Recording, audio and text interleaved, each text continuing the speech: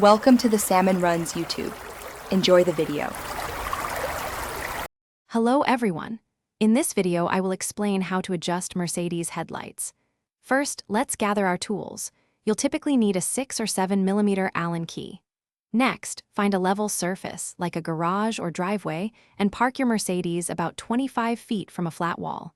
Before you begin, ensure your tire pressure is correct and the vehicle is unloaded for accurate results. This preparation is key for a successful adjustment. Now, let's set up your vehicle for precise adjustment. Position your Mercedes approximately 25 feet away from a flat wall.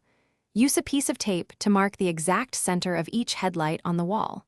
Then, measure the distance from the ground to the center of your headlights.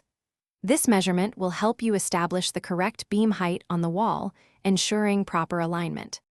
It's time to adjust the vertical aim. Open your hood and locate the vertical adjustment screw on each headlight assembly.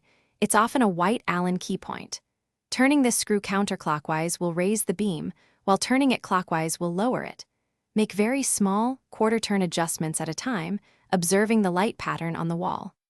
Aim for the top of the intense part of the beam to be slightly below your marked center line. Finally, let's address horizontal aim and perform a final check. Some Mercedes models also have a horizontal adjustment screw.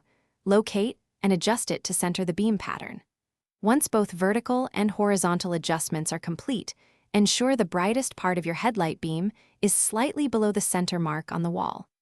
Take your Mercedes for a short drive on a dark road to confirm the lights illuminate correctly without blinding oncoming traffic. You've done it! Thanks for watching.